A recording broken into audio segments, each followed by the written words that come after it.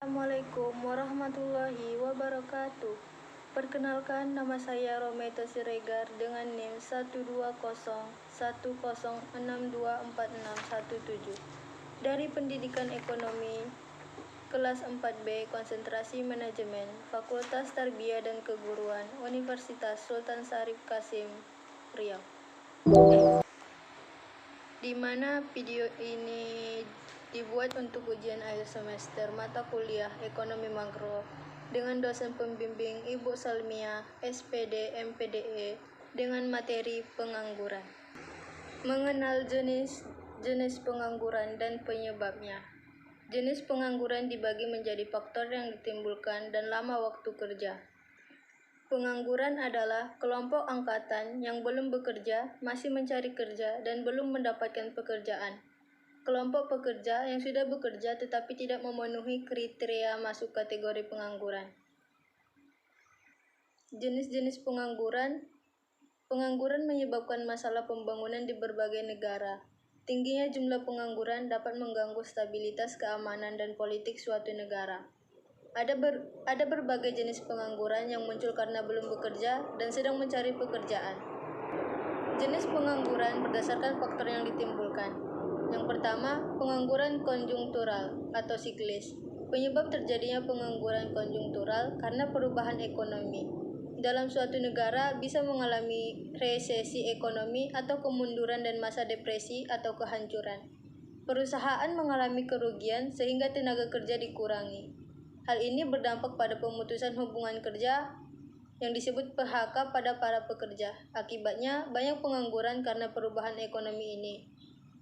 Yang kedua, pengangguran struktural. Penyebab pengangguran struktural karena perubahan ekonomi dalam waktu lama.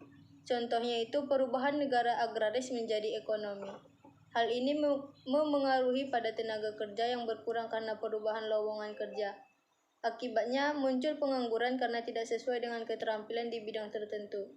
Cara mengatasi pengangguran struktural ini dengan menambah pendidikan dan latihan yang sesuai dengan lowongan kerja.